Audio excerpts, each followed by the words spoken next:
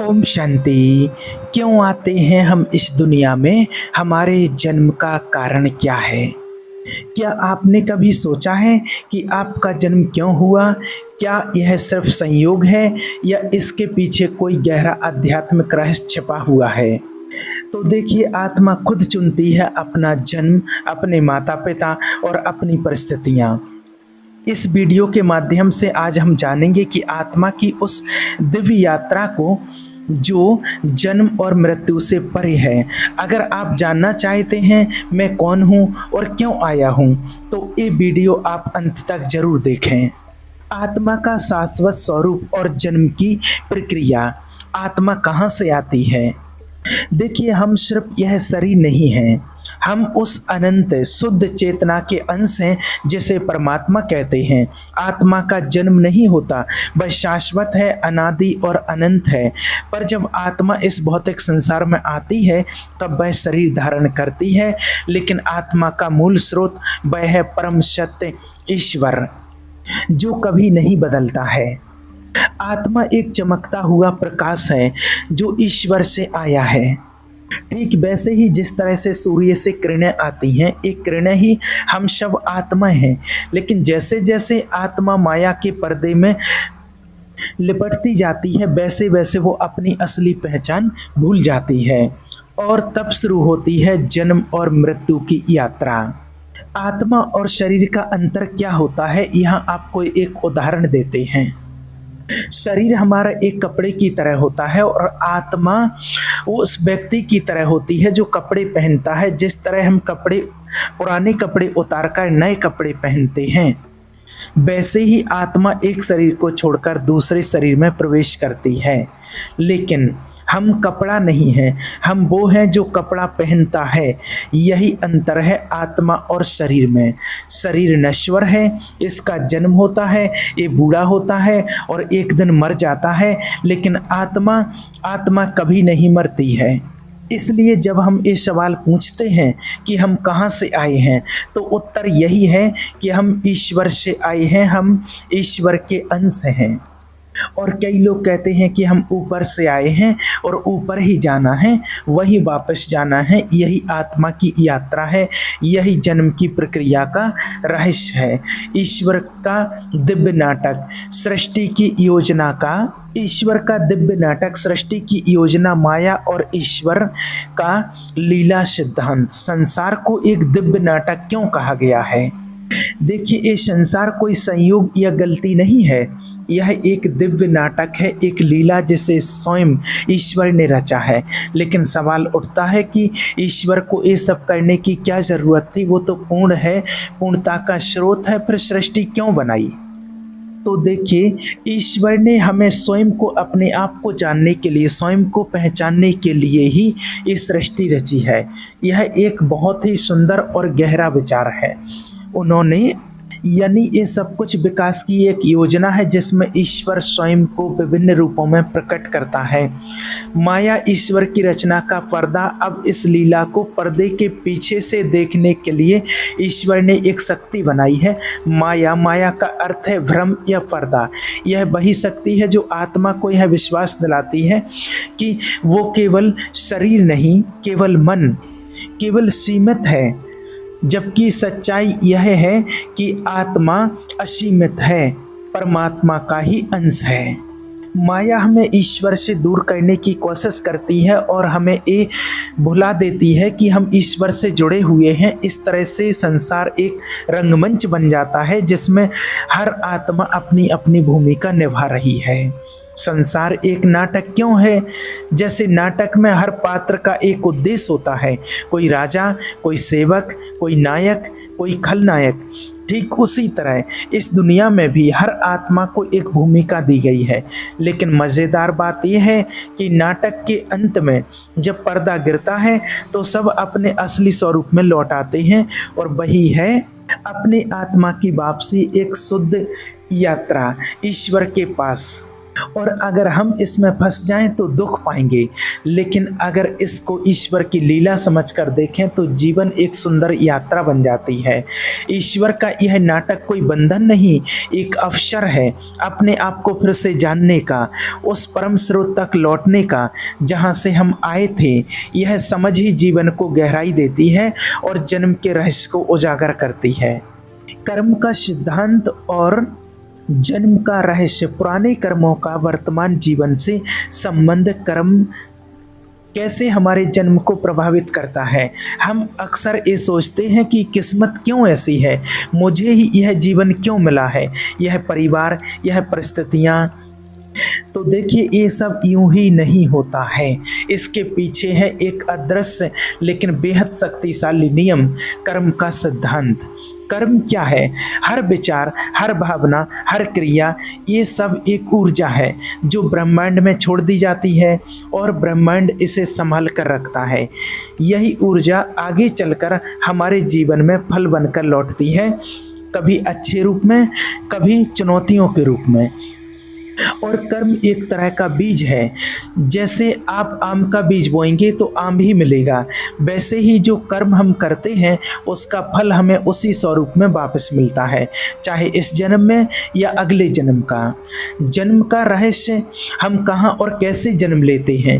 अब सवाल ये है कि आत्मा कहाँ जन्म लेगी, किस शरीर में, किस देश में, किस समाज में। इसका उत्तर है कर्मों के अनुसार। यदि किसी आत्मा ने पूर्व जन्मों में भक्ति, सेवा, भगवान का ध्यान, प्रेम और सच्चाई का जीवन जिया है तो उसका अगला जीवन आध्यात्मिक या शांतिपूर्ण वातावरण में हो सकता है। वहीं अगर आत्मा ने लालच, हिंसा, धोखा जैसे कर्म किए हैं तो उसका जन्म कठिन परिस्थितियों में होता है, ताकि वह अपने पुराने कर्मों को समझे और सुधार करे। इसके लिए इस तरह से भी हम कह सकते हैं कि जीवन एक स्कूल है और हर जन्म एक क्लास। जब तक आत्मा पूरी तरह से शिक्षित नहीं हो जाती, यानी ईश्वर को नहीं पहचान लेती, तब तक वो स्कूल में आती जाती रहती है। क्या हम कर्मों को बदल सकते हैं? बिल्कुल, यही सबसे सुंदर बात है। कर्म कोई स्थायी सजा नहीं है, यह चेतना को जगाने का माध्यम है। ध्यान, प्रार्थना, सच्ची गुरु की संगति और सेवा, ये सब हमारे पुराने कर्मों की दिशा को बदल सकते हैं। क्रिया योग जैसी गहरी साधनाएं आत्मा को उसके पुराने कर्मों के बंधन से मुक्त कर सकती हैं। कर्म का नियम न्यायपूर्ण है, न कि दंडात्मक। हम जो बोते हैं वही काटते हैं। पर यह भी सत्य है, जागरूकता, आत्म अनुशासन और भक्ति से हम अपने भविष्य को बदल सकते हैं। जन्म कोई दुर्घटना नहीं, यह आत्मा की विकसित होती यात्रा है अपने परम लक्ष्य ईश्वर तक पहुंचने की। क्यों जन्म लेते हैं हम बार बार? हम में से कई लोग ये सवाल करते हैं कि आत्मा अमर है तो फिर उसे बार बार जन्म क्यों लेना पड़ता है? क्या एक बार का जीवन काफी नहीं? तो देखिए, इस सवाल का बहुत सुंदर उत्तर हमें मिला हुआ है। देखिए, आत्मा बार बार जन्म लेती है क्योंकि यह संसार एक आध्यात्मिक प्रशिक्षण केंद्र है जहां आत्मा धीरे धीरे परिपक्व होती है। सोचिए, क्या कोई बच्चा एक ही दिन में स्कूल की सारी पढ़ाई पढ़ सकता है? नहीं ना। ठीक वैसे ही आत्मा एक ही जन्म में पूर्णता, ज्ञान और ईश्वर की अनुभूति को प्राप्त नहीं कर पाती। हर जन्म एक पाठशाला है जिसमें आत्मा कुछ नया सीखती है, कुछ नया अनुभव करती है। इसलिए जन्म के बाद मृत्यु होती है, फिर नया जन्म होता है ताकि आत्मा की चेतना और अधिक जागृत हो सके। आत्मा का आध्यात्मिक विकास कैसे होता है? हर आत्मा की शुरुआत एक भोले अनजाने अवस्था से होती है। जैसे कोई बीज धीरे धीरे अंकुर बनता है, फिर पौधा और फिर विशाल वृक्ष, वैसे ही आत्मा भी अपने अनुभवों और कर्मों के माध्यम से विकसित होती है। इस विकास की प्रक्रिया में आत्मा कई बार गलतियां करती है, मोह में फंसती है, अहंकार, वासना, क्रोध, लोभ जैसे अंधकारों में खो जाती है, लेकिन हर अनुभव उसके अंदर एक जागृति की चिंगारी छोड़ जाता है। दुख, भटकाव, असफलताएं, यह सब आत्मा को भीतर की ओर मोड़ते हैं। जब बार बार का भटकाव आत्मा को थका देता है, तब वह पूछती है, मैं कौन हूँ, मैं क्यों यहाँ हूँ। और वहीं से शुरू होती है उसकी सच्ची यात्रा ईश्वर की ओर। आत्मा का जन्म चक्र क्या कभी खत्म होता है? जब आत्मा पूरी तरह जाग जाती है, जब वह यह समझ लेती है कि उसका सच्चा स्वरूप शरीर, मन या भावनाएं नहीं है, बल्कि वह स्वयं ईश्वर की अंश है। वह अवस्था होती है जब आत्मा ईश्वर में विलीन हो जाती है। और पुनर्जन्म कोई सजा नहीं बल्कि अवसर है आत्मा को उस सत्य की ओर ले जाने का। हम सब इस यात्रा पर हैं, कोई शुरुआत में, कोई मध्य में, कोई अंतिम चरण में, लेकिन लक्ष्य एक ही है, ईश्वर को जानना, अनुभव करना और उसी में समा जाना। हमारे जन्म का उद्देश्य केवल भोग नहीं, योग है। हम इस जीवन में क्यों आए हैं? तो देखिए, इंसान का जन्म सिर्फ खाने, कमाने, सोने और मरने के लिए नहीं हुआ है। अगर जीवन का उद्देश्य केवल भोग होता तो पशु और पक्षी भी वही कर रहे हैं, लेकिन मनुष्य में कुछ खास है, चेतना, विवेक और ईश्वर को अनुभव करने की क्षमता। तो फिर सवाल उठता है, क्या है हमारे जन्म का असली मकसद? हम इस जीवन में क्यों आए हैं? तो वास्तव में हम इस जीवन में आए हैं ईश्वर को खोजने के लिए। हमारा असली उद्देश्य है अपने अंदर की दिव्यता को पहचानना, अपने मन और इंद्रियों को वश में करना और उस परम शांति, आनंद और प्रेम की ओर बढ़ना जो केवल ईश्वर में है। जब हम सिर्फ भौतिक सुखों के पीछे भागते हैं, पैसा, पद, रिश्ते, भोग, तो थोड़े समय के लिए हमें खुशी मिलती है, लेकिन अंत में फिर एक अंदरूनी खालीपन रह जाता है। ईश्वर की याद जो आत्मा को हर पल बेचैन करती है, योग भोग से मुक्ति की राह जैसा हेडिंग में है। जन्म का उद्देश्य भोग नहीं, योग है। और यहाँ योग का मतलब केवल आसन या प्राणायाम नहीं है। योग का असली अर्थ है ईश्वर से जुड़ना। क्रिया योग को आत्मा की सबसे तेज गति वाली ट्रेन कहा जाता है, जो सीधे ईश्वर की ओर जाती है। जब इंसान ध्यान, जप, आत्मनिरीक्षण, मेडिटेशन और गुरु की कृपा के माध्यम से योग के मार्ग पर चलता है, तो उसका जीवन एक नई दिशा में मुड़ जाता है। वह जानने लगता है, मैं शरीर नहीं, आत्मा हूँ। मैं दुखों के लिए नहीं, दिव्यता के लिए बना हूँ। ईश्वर की ओर लौटने की यात्रा हम सब इस धरती पर आए हैं एक खास मकसद से, और वह है अपने स्रोत की ओर लौटना। हमारा असली घर ये दुनिया नहीं, वह शाश्वत चेतना है जिससे हम निकले हैं, ईश्वर। जब हम यह जान लेते हैं तो जीवन की हर परिस्थिति, चाहे वह सुख हो या दुख, एक अवसर बन जाती है अंदर की ओर जाने का। हमारा जन्म एक दिव्य अवसर है, केवल भौतिक चीज़ों के भोग के लिए नहीं, बल्कि आत्मा को जागृत कर ईश्वर की ओर लौटने के लिए। जैसे एक लहर सागर से उठती है और फिर उसी में समा जाती है, वैसे ही आत्मा की यात्रा भी ईश्वर से शुरू होती है और वहीं तक खत्म होती है। एक सच्चे गुरु की आवश्यकता क्यों होती है? जिसको सद्गुरु कहते हैं, उनकी जीवन में क्या भूमिका होती है?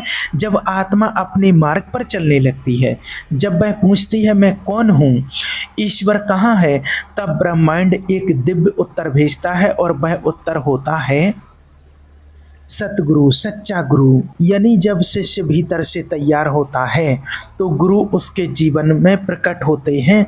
आध्यात्मिक मार्ग कोई सीधा सपाट रास्ता नहीं होता है, यह एक रहस्यमय यात्रा है जहाँ भ्रम भी है, भय भी है और आत्म प्रवचना के गड्ढे भी हैं। सच्चा गुरु वही दिव्य प्रकाश है जो इस अंधेरे में शिष्य को दिशा दिखाते हैं। सच्चा गुरु सिर्फ ज्ञान ही नहीं देते हैं, वे आत्मा के पुराने कर्मों को काटने, उसकी चेतना को ऊपर उठाने और अंत में उससे परमात्मा की ओर ले जाने वाले दिव्य माध्यम होते हैं। एक परम सद्गुरु और शिष्य का आध्यात्मिक संबंध, यह संबंध कोई साधारण रिश्ता नहीं होता है, यह जन्म जन्मांतर का पवित्र संयोग है। शिष्य केवल बाहरी ज्ञान नहीं लेता, वह अपने अहंकार को समर्पित करता है। गुरु शिष्य के अंदर के चेतना को जगाते हैं। यानी कि आत्मा जब ईश्वर से संवाद करना चाहती है तो ईश्वर गुरु के माध्यम से बोलते हैं। यह रिश्ता कोई बंधन नहीं बल्कि आत्मा की मुक्ति का पुल है। गुरु का काम है शिष्य को उसकी दिव्यता याद दिलाना और उसे सच्चे प्रेम, भक्ति और ध्यान के मार्ग पर आगे बढ़ाना। सच्चे परम सद्गुरु परमात्मा के बिना क्या आत्मा आगे बढ़ सकती है? शायद कुछ हद तक। लेकिन जैसे बिना नाव के समुद्र पार करना मुश्किल है, वैसे ही बिना सद्गुरु के आत्मज्ञान की यात्रा अत्यंत कठिन हो जाती है। गुरु शिष्य की ऊर्जा को नियंत्रित करते हैं, उसकी प्रार्थनाओं को दिशा देते हैं और जब शिष्य गिरता है तो उसे फिर उठाते हैं। वे केवल शरीर तक सीमित नहीं होते, उनकी चेतना हमेशा शिष्य के साथ रहती है। सच्चा गुरु सद्गुरु परमात्मा न केवल एक शिष्य को सिखाता है बल्कि उसको भीतर से बदलते थे, आत्मा को रूपांतरित करते हैं।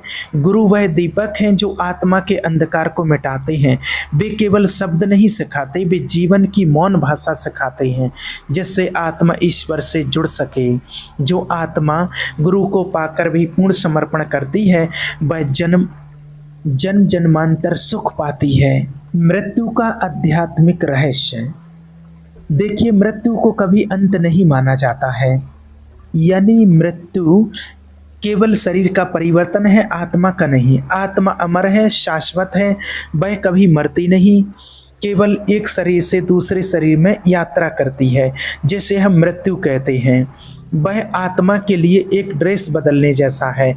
मान लीजिए आप एक स्कूल में पढ़ रहे हैं और एक क्लास पूरी करने के बाद आपको अगली क्लास में जाना है।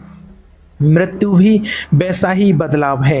एक जन्म का अनुभव पूरा हुआ और आत्मा अब अगले अनुभव, अगले पाठ और अगले विकास के लिए आगे बढ़ रही है। इसे हम एक बहुत सुंदर रूप में समझने की कोशिश करते हैं। यानी मृत्यु एक मुक्ति का क्षण भी हो सकता है अगर आत्मा जागरूक हो, साधना में हो और ईश्वर से जुड़ी हो। मृत्यु के बाद आत्मा कहाँ जाती है? आत्मा अपने पुराने अनुभवों आत्मसात करती है। आत्मिक मूल्यांकन। आत्मा अपने कर्मों, विचारों और भावनाओं की समीक्षा करती है। यह आत्मचिंतन का समय होता है। नया जन्म या उच्चतर लोकों में प्रवास। आत्मा की चेतना और कर्मों के अनुसार आत्मा को नया जन्म मिलता है। आज दुनिया में लोगों को मृत्यु का भय क्यों होता है? क्योंकि हम शरीर को ही सब कुछ मान लेते हैं।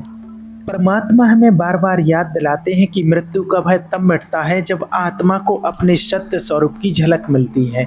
ध्यान, योग और सत्संग के माध्यम से जब हम आत्मा की चेतना में टिकने लगते हैं तब मृत्यु केवल एक बदलाव लगती है, न कि डरावना अंत। मृत्यु एक अवसर है आत्मा के अगले चरण की ओर बढ़ने का। यह उस यात्रा का हिस्सा है जो आत्मा को बार बार जन्म लेकर अंततः ईश्वर तक पहुंचाने के लिए बनी है। जिसने मृत्यु को समझ लिया उसने जीवन को भी समझ लिया। और जन्म कैसे होता है? क्या आत्मा चुनती है? माता पिता, जब कोई बच्चा जन्म लेता है तो हम अक्सर कहते हैं कि भगवान की मर्जी थी, लेकिन केवल भगवान की नहीं बल्कि आत्मा की मर्जी होती है। जी हाँ, आत्मा स्वयं अपने अगले जीवन की परिस्थिति, परिवार और माता पिता को चुनती है अपने कर्मों और आत्मिक आवश्यकताओं के अनुसार। आत्मा माता पिता को क्यों चुनती है? आत्मा एक गहरी बुद्धिमत्ता से भरी हुई शक्ति है। मृत्यु के बाद जब आत्मा पुनर्जन्म की ओर बढ़ती है तो वह उन परिस्थितियों की खोज करती है जो उसके कर्मों के फल को पूर्ण करने और आध्यात्मिक विकास के लिए उपयुक्त हों।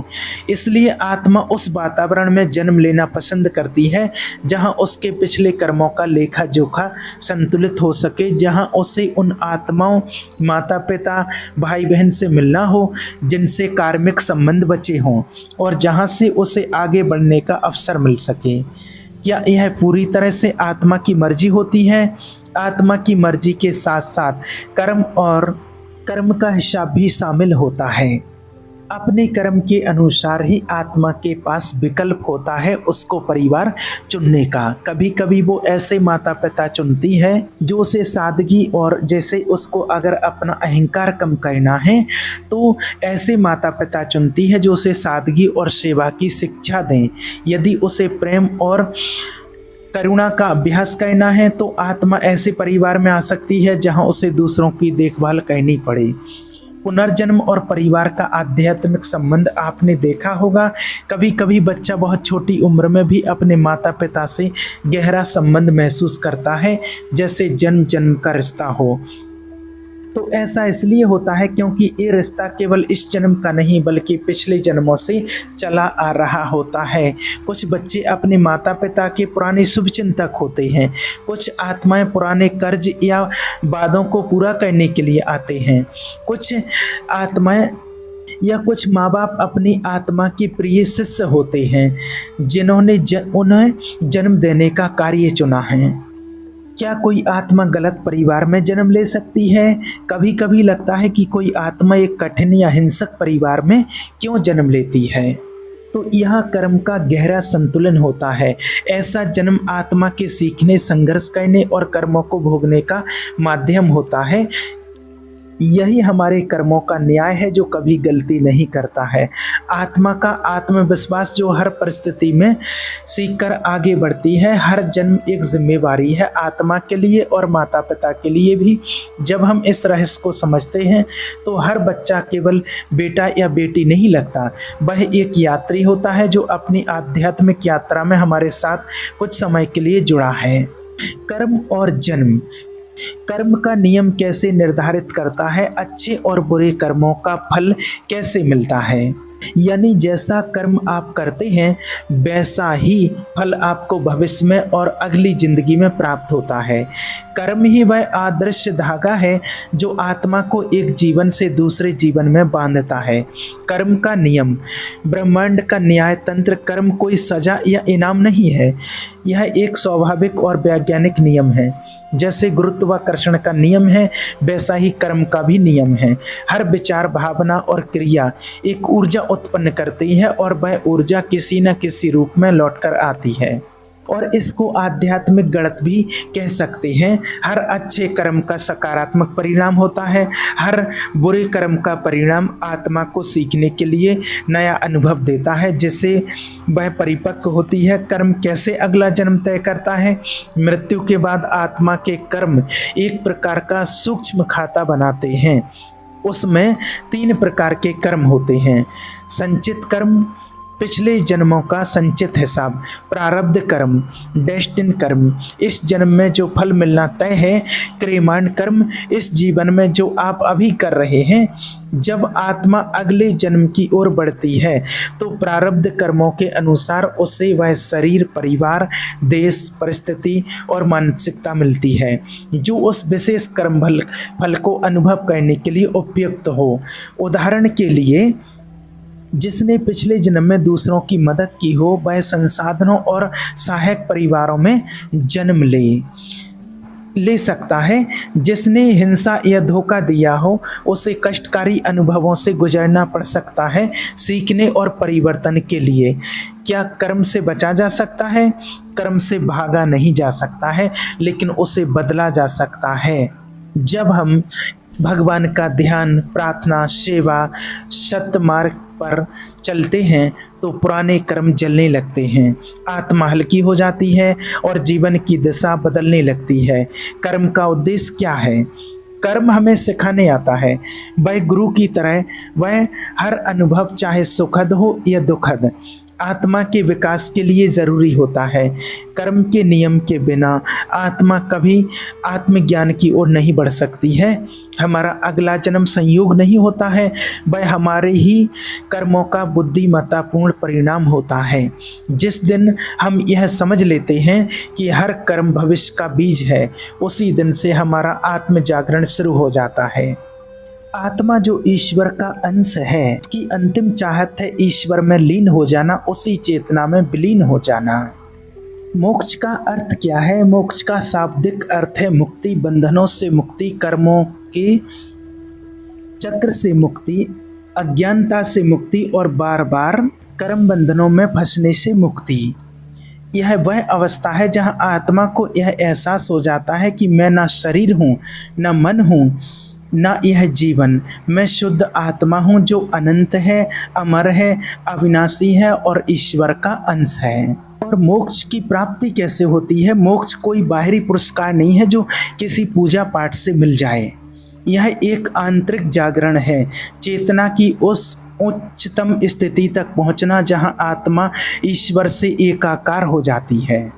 इसके लिए 4 मुख्य साधन हैं: ध्यान, मेडिटेशन, आत्मा की आवाज़ सुनने का माध्यम, कर्मयोग, निस्वार्थ सेवा और प्रेम, ज्ञान योग, आत्मा और ब्रह्म की बौद्धिक समझ, भक्ति योग, ईश्वर के प्रति पूर्ण समर्पण और प्रेम, इन सभी का संयोजन है क्रिया योग। तो हमने जाना कि जन्म केवल एक जैविक प्रक्रिया नहीं बल्कि आत्मा की चेतनापूर्ण योजना का हिस्सा है। हर जन्म, हर संबंध, हर अनुभव आत्मा को परमात्मा की ओर ले जाने वाला एक कदम है। और हम शरीर नहीं, हम आत्मा हैं। हमारा जन्म उद्देश्यपूर्ण है, मृत्यु अंत नहीं, एक नया आरंभ है और अंततः हमारा सच्चा लक्ष्य है ईश्वर को प्राप्त करना।